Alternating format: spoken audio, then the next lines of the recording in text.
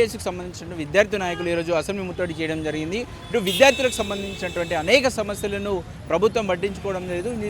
ముఖ్యంగా చెప్పాలంటే fee reimbursement ఏదైతే 2001లో శాంక్షన్ చేసిన ప్రభుత్వం ఇప్పటి వరకు కూడా విద్యార్థులకు ఫీజు రీయింబర్స్మెంట్ చెల్లించలేదని చెప్పేసి ప్రధానంగా పీడీఎస్ సంబంధించిన విద్యార్థి నాయకులు డిమాండ్ చేస్తూ ఉన్నారు. ఈరోజు అందులో భాగంగా అసెంబ్లీ ప్రాంగణానికి వచ్చి ఇక్కడ ముట్టడి చేసే ప్రయత్నం చేశారు. ఇంతలోపే పోలీసులు వాళ్ళని అడ్డుకొని అరెస్ట్ చేసి అటు పోలీస్ స్టేషన్ తరలించిన పరిస్థితి మనం చూసాము. ఇప్పుడు ఇలాంటి సందర్భంలో పోలీసు ఇక్కడ వీళ్ళు ప్రధానంగా లేవనెత్తున్నటువంటి సమస్యలు ఏంటంటే విద్యార్థులకు ప్రధానంగా ఫీజు రీయింబర్స్మెంట్ ఇప్పటి వరకు శాంక్షన్ కాలేదు, వెంటనే రిలీజ్ చేయాలని చెప్పేసి వాళ్ళు ప్రధాన డిమాండ్గా అనిపిస్తుంది.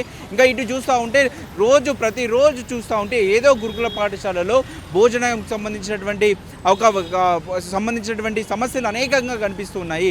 భోజనం బాగుండడం లేదు. ప్రతి ఒక్క హాస్టల్లో ఇంకో హాస్టల్లో చూస్తూ ఉంటే ఎలకల బాధ, ఇంకొక హాస్టల్లో చూస్తూ ఉంటే అనేక సంబంధించినటువంటి ఇలాంటి బాధలతో విద్యార్థులకు సంబంధించిన గురుకులాలు ఉన్నటువంటి పరిస్థితి మనకు కనిపిస్తుంది. ఇటు మధ్యాహ్న భోజనానికి సంబంధించి కూడా క్వాలిటీకి భోజనం పెడతలేరు.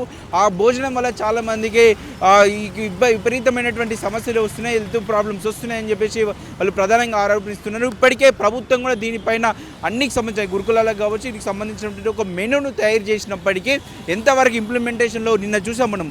నిన్న కలెక్టర్కి పోయినప్పుడు కూడా మెనూ ఉన్నప్పటికీ కూడా అక్కడ ఉన్నటువంటి నిర్వాహకులు ఆ భోజనం ఆ మెనూను పాటించడం లేదని స్పష్టంగా నిన్న మనకు కనిపించినటువంటి పరిస్థితి చూస్తాము.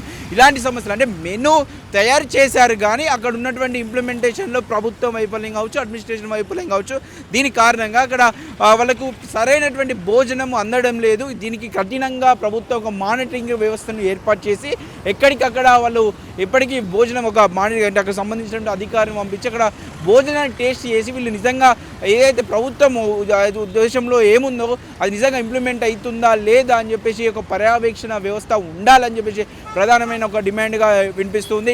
ఇటు సంబంధించి చూస్తూ ఉంటే విద్యార్థులకు ఎలాంటి ఇబ్బందులు కాకుండా వీళ్ళు ఏదైతే అనేక హామీలు ఇవ్వడం జరిగింది. కాంగ్రెస్ పార్టీ ప్రభుత్వం వస్తే 5 లక్షలకు సంబంధించినటువంటి కార్డు ఇస్తాము, భరోసా కార్డు ఇస్తామని చెప్పడం జరిగింది. అటు 10వ తరగతి కంప్లీట్ చేసిన వాళ్ళకు కొంత ఆర్థిక సాయం చేస్తా అన్నారు.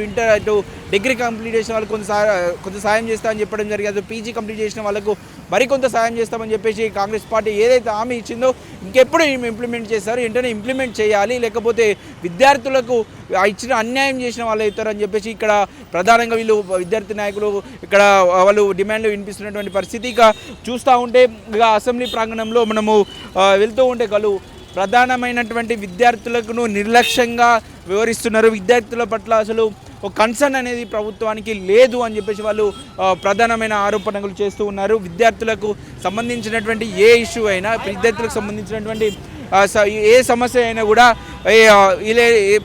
సంబంధించి ఎట్లుందని ఏమంటారు విద్యార్థులకు ఫీజు రీయింబర్స్మెంట్ రిలీజ్ అవుతుందా? ఫీజు రీయింబర్స్మెంట్ ఎక్కడ కావట్లేదా? ఎన్ని రోజులు అవుతుంది? దాదాపుగా 1 ఇయర్ అవుతుంది. 1 ఇయర్ అవుతుందా? ప్రభుత్వం చేసేది అనుకుంటారా? అంటే 2001 నుంచి వరకు ఇప్పటి వరకు ఫీజు రీయింబర్స్మెంట్ ఇంకా అలానే ఉన్నాయి. ఏ ప్రభుత్వాలు వచ్చినా మారటం లేదు. మాకు మంచి ప్రభుత్వం రావాలని కోరుకుంటున్నాం. మీడియా ద్వారా తెలియజేస్తున్నాం. ఏంటంటే ఇప్పుడున్న ప్రభుత్వం ఎలా అంటే చేతులు గాలినాక ఆకులు పట్టుకున్నట్టు ఉంది ప్రభుత్వము. కేసీఆర్ ప్రభుత్వం పోవాలని ఎట్లయితే కోరుకున్నామో ఈ ప్రభుత్వం పోవాలని అట్లానే కోరుకుంటున్నాము. ఎందుకంటే పబ్లిక్కి అంత ఫ్రీ చేసేసి విచ్చలవిడిగా వ్యక్తులకి సోమరిపోతుగా చేసేసి ఏ వ్యక్తులకు ఇప్పుడు బస్సు ఫ్రీ చేశారండి. యాక్చువల్గా బస్సు ఫ్రీ కాకుండా ఏదైనా మంచి స్కీమ్ పెట్టాలి. ఏంటంటూ డీజిల్ కానీ పెట్రోల్ రేటు కానీ ముడి చమురుల ధర తగ్గించాలా. అలా అంటే బాగుంటుంది. ఫ్యూచర్లో అందరూ బాగుంటే మనం బాగుంటాం. లేదా శ్రీలంక వెనుజులా లేక ఈ దేశం అయిపోద్ది, ఈ రాష్ట్రం అయిపోద్ది అన్నట్టు కోరుకుంటున్నాము. ఇంకొకటి నిన్న మనం ప్రధానంగా చూస్తామంటే గురుకులాలకు సంబంధించి ఎక్కడ చూసినా ఏదో ఒక సమస్య విద్యార్థులకు వాళ్ళకు కావడం కావచ్చు, ఏదో ఒకటి అవుతూ ఉంది. దానికి సంబంధించి చాలా ఇబ్బందులు పడుతున్నారు విద్యార్థులు. దీనిపైన మీరు ఏమంటారు? దీంట్లో హాస్టల్లో ప్రధానంగా సమస్య ఏముందంటే హాస్టల్లో ఫుడ్ బాగాలేదు. నేను దాదాపు రెసిడెన్షియల్లో కానివ్వండి, ట్రైబల్ వెల్ఫేర్లో కానివ్వండి, ప్రతి హాస్టల్లో నేను 2-3 సార్లు చూడడం జరిగింది. Thank you. ఇది చూస్తూ ఉంటే వాళ్ళు ప్రొటెస్ట్ చేస్తూ ఉన్నారు. సంబంధించినటువంటి పీడిఎస్ నాయకులు చూస్తూ ఉంటే పీడిఎస్కి సంబంధించినటువంటి వాళ్ళు ఇక్కడ ప్రొటెస్టులు చేస్తూ ఉన్నారు. ఇక్కడ సంబంధించి ఒకసారి వాళ్ళతో మాట్లాడే ప్రయత్నం చేస్తాము. విద్యార్థి నాయకులు ప్రధానమైన డిమాండ్లు వాళ్ళని అడిగి తెలుసుకునే ప్రయత్నం చేద్దాం. ఒకసారి ఒకరు అంటే ప్రధానంగా బ్రదర్ ఏమంటారు ఇక్కడ చూద్దాం.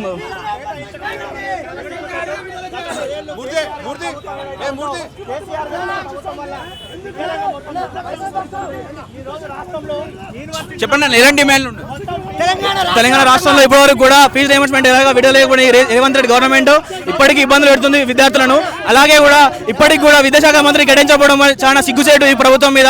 ఇప్పటికీ ఇంతమంది విద్యార్థులు గురుకుల హాస్టల్లో చనిపోతున్నామని ఎలాంటి ప్రభుత్వం రెస్పాన్స్ కాకుండా వాళ్ళకి ఎలాంటి ఆర్థిక సాయం చేయకుండా ఇంకా ఇప్పటికి కూడా ఆ మెనూ డేట్ చేంజ్ చేసినామని చెప్పడం తప్పించి గ్రౌండ్ లెవెల్లో రియాలిటీగా లేకుండా ఉన్నది. సో ఇప్పటికైనా ఈ గవర్నమెంట్ వెంటనే చేంజ్ చేసి ఇప్పటికైనా విద్యాశాఖ మంత్రి తాత్కాలికంగా ఏర్పాటు చేసి విద్యాశాఖ మంత్రిని ఇప్పంచాలైన గవర్నమెంట్ విద్యార్థుల పక్షాన చిత్తశుద్ధి ఉండాలని, అలాగే ఫీజు రియంబర్స్మెంట్ వెంటనే విడుదల చేయాలని మేము పీడిఎస్ విద్యార్థి చేస్తున్నాం. లేని పక్షంలో అసెంబ్లీ ముట్టడే కాదు మొత్తం మంత్రులు ముఖ్యమంత్రిని కూడా ముట్టడిస్తామని హెచ్చరిస్తున్నాం. మొన్న చూస్తుంటే గురుకులాలకు సంబంధించి భోజనాలకు సంబంధించి ఇష్యూ ఎక్కువ వస్తుంది. భోజనం సరిగా ఉండట్లేదు. ప్రభుత్వము ఒక మేనిఫెస్టో రెడీ చేసి మెనూ రెడీ చేసినప్పుడు కూడా ఇంప్లిమెంటేషన్లో ఒక ఏదో ప్రాబ్లం ఉందని చెప్పేసి మనకు కనిపిస్తుంది. మీరు ఏమంటారు? ఇంప్లిమెంటేషన్ అని పైకి చెప్తుంది గవర్నమెంట్, కానీ గ్రౌండ్ యార్డ్లో రియాలిటీ లేదన్న చెప్తాం. ఇప్పటికీ అదే ఇచ్చేస్తున్నాం, మెనూ డైట్ ఇచ్చినాం, ఇంకా మేము చేంజ్ చేసినామని చెప్తుంది. కానీ అలా గ్రౌండ్ యార్డ్లో ఇప్పటికి కూడా ఇలాంటిది లేకపోవడం ఈ సిగ్గుచేటు. మేము దీన్ని ఖండిస్తున్నాం. ఖబర్దార్ రేవంత్ రెడ్డి, ఇప్పుడు కనుక విద్యార్థుల పక్షాన ఉండకపోతే మాత్రం కొట్లాడు.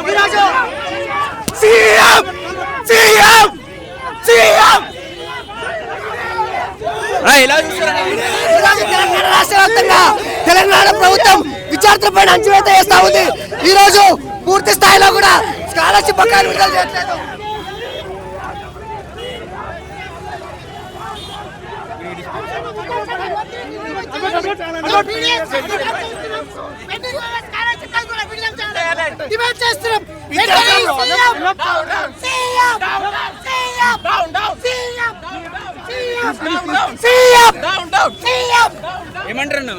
మేమేమంటున్నామంటే ఇప్పటికే సంవత్సరం గడిచిన కాంగ్రెస్ ప్రభుత్వం వచ్చి విద్యాశాఖ మంత్రి నియమించకపోవడం, పెండింగ్ లో స్కాలర్షిప్లను కూడా విడుదల చేయాలి.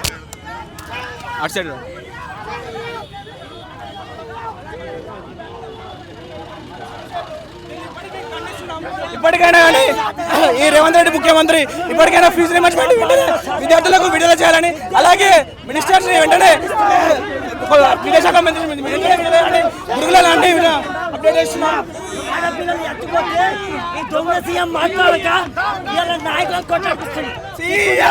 తెలంగాణ తల్లి విగ్రహం మీద ఉన్న సోయి, సోనియా గాంధీ విగ్రహం మీద ఉన్న సోయి, నా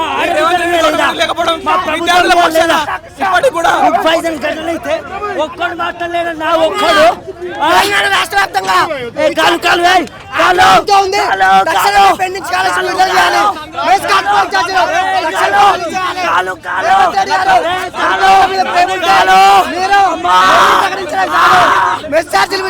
కోరుతా ఉన్నాం. కక్షగట్టి ప్రభుత్వం చెప్తుంది. ఆడపిల్లలు చచ్చిపోతే ఒక్కదాని కోసం రాలేదు. ఈ ముఖ్యమంత్రి రాజీనామా చేయి. ఫీజు రియంబర్స్మెంట్ ఇప్పటికి కూడా విడుదల చేయలే, అన్ని కూడా విడుదల చేయాలని మేము కోరుతున్నాం. ప్రైవేట్ యాజమాన్యాలు విద్యార్థులకు ఘోరంగా ఇబ్బంది గురి చేస్తున్నాయి. ఫీజు రియంబర్స్మెంట్ విడుదల చేయకపోవడంపై ఇప్పటికైనా మాట్లాడతలేడు, ఒక్క మంత్రి మాట్లాడతలేడు. ఎలా కేసీఆర్ కేటీఆర్